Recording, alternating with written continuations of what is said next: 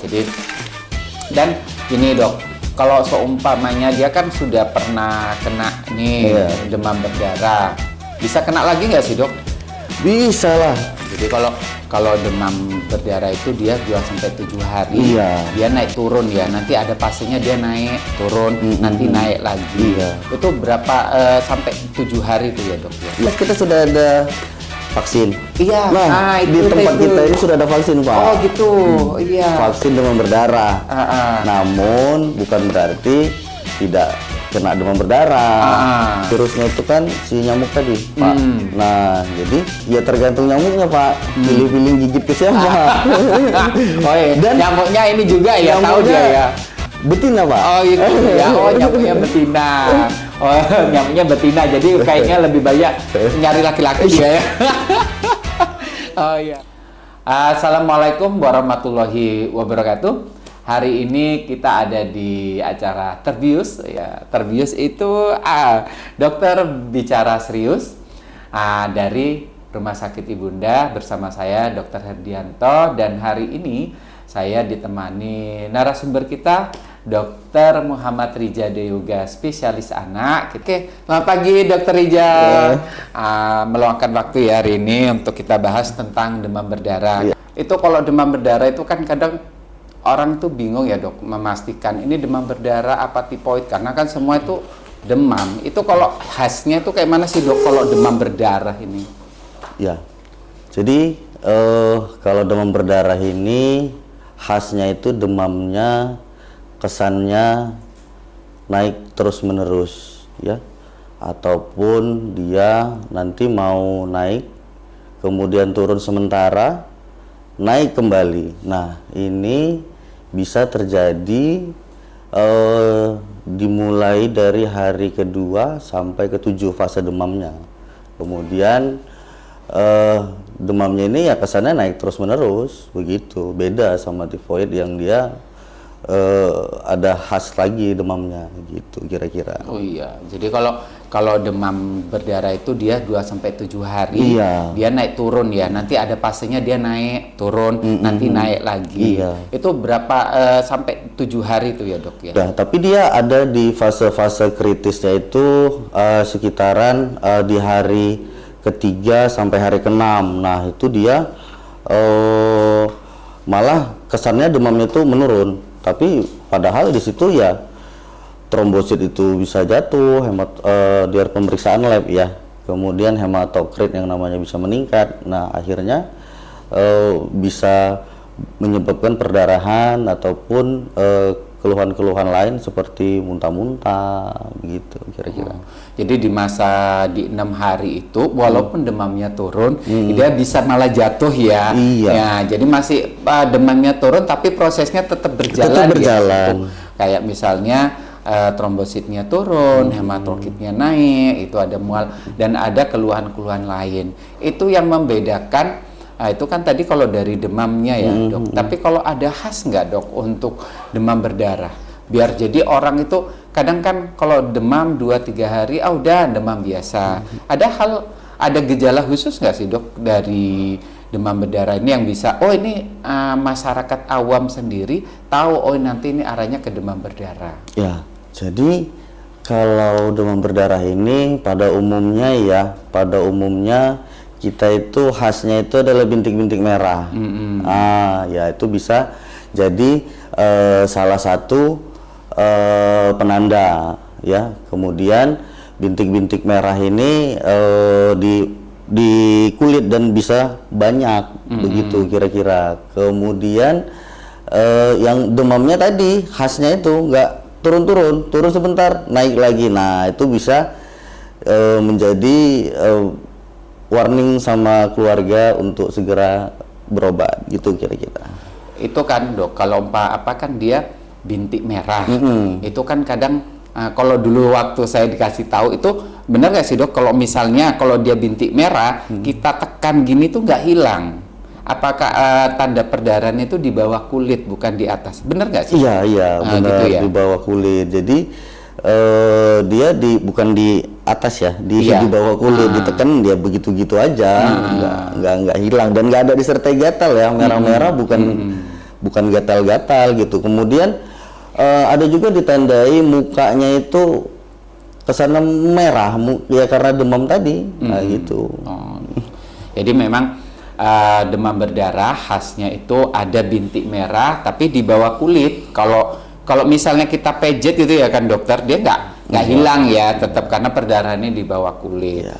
Terus kalau seumpama gejala lain itu dokter, selain bintik merah, demam yang tinggi, ada nggak yang menandakan itu demam berdarah? Ya. Jadi gejala-gejala lain bisa kalau dijumpai itu mimisan ataupun gusi berdarah, kemudian disertai dengan mual, khasnya itu nyeri perut ya. Jadi itu merupakan tanda-tanda untuk demam berdarah ini tadi. Jadi ya karena melibatkan plasma dan lain-lain, jadi tanda-tandanya begitu. Oh iya. Jadi kalau umpamanya ibu anaknya ada yang demam 2-7 hari belum periksa ke dokter, coba monggo silakan periksa ke dokter ya. Itu kan dok, nanti kalau seumpamanya kadang kan awam ini, masyarakat awam, udah periksa dia ke dokter, ternyata hasil labnya itu ada penurunan tapi tidak mau dirawat. Itu bagaimana ya dok? Ada nggak misalnya batasan trombositnya segini, di bawah segini harus dirawat, atau gimana itu dokter? Baik. Menentukan pasien ini harus dirawat atau Ya. tidak? Jadi ini bicara sedikit tentang klasifikasi demam berdarah. Jadi ini yang sekarang kita pakai adalah klasifikasi terbaru. Jadi diupdate terus nih seiring berjalannya waktu, ilmu semakin maju, jadi diupdate terus. Jadi kalau sekarang itu kita pakai yang namanya warning sign namanya. Jadi warning sign itu adalah tanda-tanda yang memang diharuskan untuk rawat inap. Seperti demam yang tak kunjung reda, ya kan? Ya itu jadi khawatirlah orang tua. Jadi yang bisa kita lihat lagi adalah nyeri perut. Kemudian disertai muntah-muntah, ya kan? Kemudian adanya perdarahan lain seperti mimisan, gusi berdarah. Nah, ya dengan khas yang seperti itu ya wajiblah untuk kita lakukan rawat inap, karena nanti bisa terjadi penurunan kondisi pasien ataupun penurunan kalau dari hasil laboratorium kita jumpai trombositnya turun, jangan sampai dia mengalami kondisi shock. Nah, kalau sudah kondisi shock, nanti kita bakal repot untuk penanganannya. Jadi ya disegerakanlah kalau ada tanda-tanda tadi begitu. Jadi kalau seumpamanya udah trombositnya turun, demamnya nggak turun-turun juga, dan tidak ada perbaikan, memangnya wajib kalau bisa di rawat ya, jangan sampai, karena memang kita sering juga jumpai kan dokter, waktu diperiksa pertama itu trombositnya normal, masih oke nih, ternyata hari kedua itu udah turun, cepat kali turunnya, apalagi dengan di kondisi misalnya anak itu nggak mau makan, anak itu di nutrisinya tidak masuk dengan baik, itu apa berpengaruh ya dok untuk dia mempengaruhi trombosit itu turun? Iya, jadi memang pengaruh lah intake, artinya apa yang dikonsumsi seperti makanan ataupun minuman, karena memang pada prinsipnya di demam berdarah ini kita seperti mengganti cairan, jadi memang harus banyak cairan yang masuk. Nah, kalau dia tidak mau minum, tidak mau makan, itu bakal mempengaruhi untuk penurunan trombosit tadi. Makanya kalau kita rawat inap ya, kita itu biasanya kita bantu dari infus, jadi lebih cepat lah untuk kenaikan trombosit tadi gitu. Ya tergantung keadaan ya. Itu kita kan pernah itu ya dok, jumpa gitu. Misalnya dia trombositnya itu udah sampai 60. Cuma tapi dia pasiennya itu apa ya? Misalnya santai aja iya, gitu. Iya. Tidak ada arah-arah ke dengue shock ya, Iya. dengue shock syndrome. Tapi ada juga yang misalnya pasien dengan dia trombositnya 60 tapi sudah mengalami dengue shock syndrome. Itu apa yang menyebabkan ada perbedaan trombosit maksudnya trombositnya itu sama tapi kondisinya itu berbeda. Itu gimana, Dok? Ya, nah, jadi yang harus digarisbawahi adalah demam berdarah ini bukan penyakit trombosit. Ya, jadi memang karena demam berdarah ini adalah karena satu virus. Virus dengue namanya. Nah, sudah tahu kan disebabkan oleh nyamuk apa? Ya, pastinya ya kan nyamuk Aedes aegypti. Nah, itulah sebagai perantara. Jadi memang dengan kadar trombosit yang sama belum tentu keadaan pasien itu sama. Begitu. Ya. Jadi harus digarisbawahi, bukan penyakit trombosit, begitu, Pak. Iya, kadang kan orang kan begitu ya. Ada kemarin nggak apa-apa itu trombosit anakku segitu is oke aja gitu kan. Ada yang satu kemarin ketemu trombositnya 60 tapi kondisinya udah sampai dengue shock syndrome. Jadi memang itu bukan penyakit trombosit ya, tergantung juga ya untuk tubuh sendiri ya. Gitu. Terus kalau seumpamanya penanganan awal nih dokter, misalnya anak demam yang kita belum tahu arahnya dia itu dengue ataupun penyakit yang lain, apa sih dok yang dilakukan? Baik, jadi kalau untuk di rumah penanganan awal ya kalau ada stok ataupun menyediakan obat anti demam ya itu lebih bagus ya kan kalau pasien kondisinya demam. Kemudian kalau demam itu kita harus memberikan minuman yang cukup, ya kan? Kemudian diusahakan mau makan, walaupun kalau lagi demam itu susah ya, Pak, untuk makan. Jadi ya kita usahakan untuk tetap makan, minumnya cukup, kemudian diberikan obat demam dan dikompres.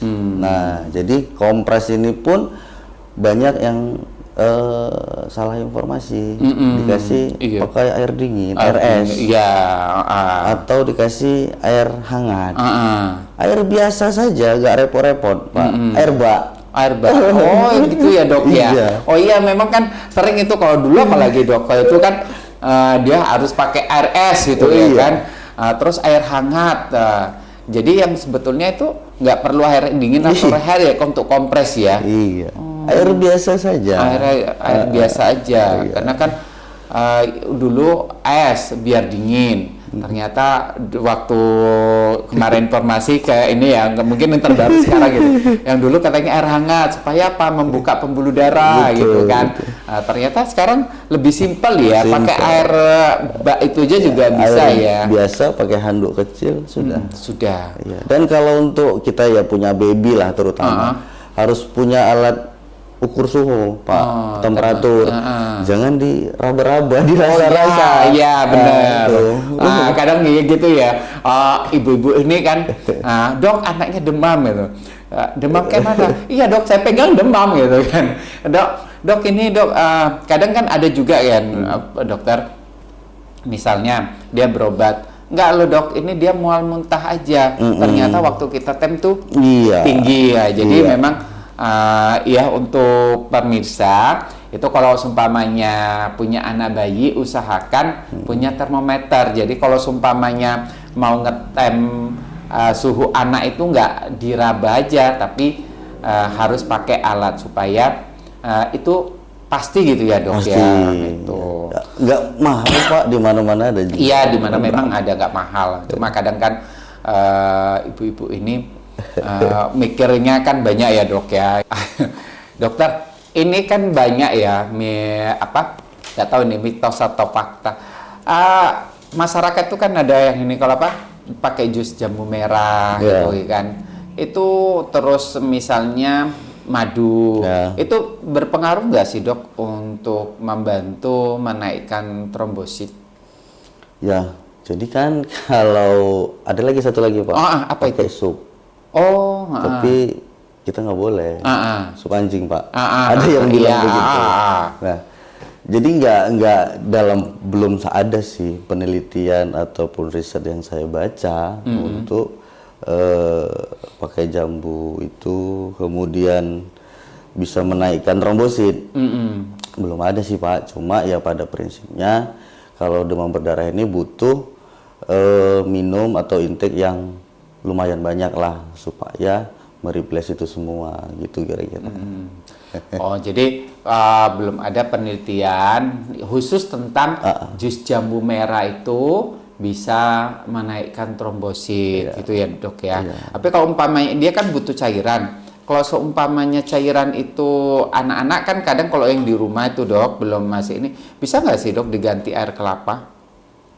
Ya boleh-boleh saja air kelapa asalkan dia kondisinya tidak lagi mencret ya, karena kadang-kadang air kelapa ini bisa mengganggu proses pencernaan gitu. Ya sebenarnya air kelapa ini sendiri isinya kan seperti isotonik ya, banyak garam-garam. Tapi kalau kita rasa-rasa itu agak ada asam-asamnya ya Pak. Iya, asam-asamnya. Ya memang kalau yang Pak ini ada asam-asamnya dia Pak. Jadi dan gini dok, kalau seumpamanya dia kan sudah pernah kena nih demam berdarah, bisa kena lagi nggak sih dok? Bisa lah, sama kayak walaupun ya sekarang ini kan kita sudah ada vaksin. Iya. Nah, di tempat kita ini sudah ada vaksin Pak. Oh gitu. Iya. Vaksin demam berdarah. Namun bukan berarti tidak kena demam berdarah. Setidaknya virusnya tadi itu tidak parah lah begitu kira-kira Pak. Jadi karena sudah ada imun antibody, adalah perlawanan di dalam sehingga kondisinya tidak buruk. Tidak gitu. Buruk gitu ya. Oh, sekarang ada vaksin untuk demam berdarah. Jadi ibu-ibu yang mempunyai bayi, kalau seumpamanya pingin anaknya, bayinya divaksin demam berdarah ya dok ya, sudah ada ya? Sudah. Dok? Untuk dewasa juga bisa. Oh sudah, dewasa juga ada. Jadi jangan lupa ke rumah sakit ibunda ada kalau umpamanya mau vaksin untuk demam berdarah. Dokter, sekarang ini lagi. Itu kan memang penularannya, itu kan kadang masyarakat itu ya, saya masih heran, kami itu diminta fogging. Memang fogging itu menyelesaikan masalah, kan enggak kan dok? Iya, jadi kan biasanya kan fogging itu kan dilakukan kalau kita temuan kasus ya. Iya. Temuan kasus. Nah, tapi kita sebenarnya sendiri yang harus care sama lingkungan kita Pak. Jadi nyamuknya ini senangnya di air bersih, yang tergenang bukan di air kotor.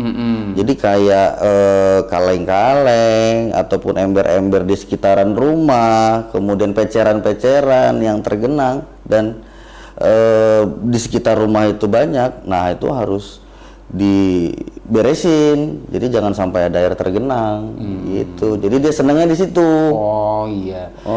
Jadi gini ya ibu-ibu, kalau seumpamanya ada di sekitarnya kasus demam berdarah, dilakukan fogging itu kayaknya masih cuma mematikan nyamuk yang besar ya kan dokter. Yang bagusnya itu misalnya ibu-ibu kalau menurut saya ya dok, itu mereka melakukan kebersihan dulu, kebersihan lingkungan, semua sudah bersih, tidak ada air tergenang, baru dilakukan fogging. Itu kayaknya lebih efektif ya dok ya? Iya. Lebih efektif begitu bersih-bersihnya. Jadi betulnya ibu kalau demam berdarah itu yang lebih bagus itu bersih-bersih daripada ibu fogging. Tapi lebih bagus lagi yaitu tadi habis bersih-bersih ibu lakukan fogging. Oh ya, ini lagi ada kita pertanyaan lagi nih ya dok ya. Oh ya, gimana ya dok kalau seumpamanya penularan nih dari misalnya kan dalam satu rumah tangga itu kan dalam keluarga itu ada yang kena, nanti ada juga kakaknya yang kena, tapi ada yang enggak, itu kayak mana itu dok? Nah, jadi kan kalau demam berdarah ini pada umumnya ya bisa kena satu rumah, bisa kena tetangga, karena dia kan perantaranya itu virusnya itu kan si nyamuk tadi Pak. Nah jadi kalau nyamuk ya tergantung nyamuknya Pak, pilih-pilih gigit ke siapa. Oh iya. Dan nyamuknya ini juga ya tahu dia ya, betina Pak. Oh itu ya, oh nyamuknya betina. Oh nyamuknya betina, jadi kayaknya lebih banyak nyari laki-laki dia ya. Oh iya, oh jadi begitu ya dok ya, tetap bisa kena ya karena kan dia satu rumah dan pernah menggigit. Iya. Ini terakhir dokter, ada nggak sih dok tips-tips atau pesan dari dokter untuk ibu-ibu yang mempunyai balita atau anak pun yang gimana caranya supaya bisa terhindar dari DBD ataupun penanganan awal misalnya anak itu demam, itu gimana dok? Ya. Jadi kalau kita untuk menghindari ataupun antisipasi ya demam berdarah ini, yang pertama adalah kita lakukan bersih-bersih sekitar pekarangan rumah, kemudian bak, jentik-jentik nyamuk itu kita bisa bersihkan. Kemudian kalau anak demam, jangan lupa kita itu kompres dengan air biasa, kemudian disediakanlah di rumah itu obat demam sehingga antisipasi supaya demamnya bisa turun.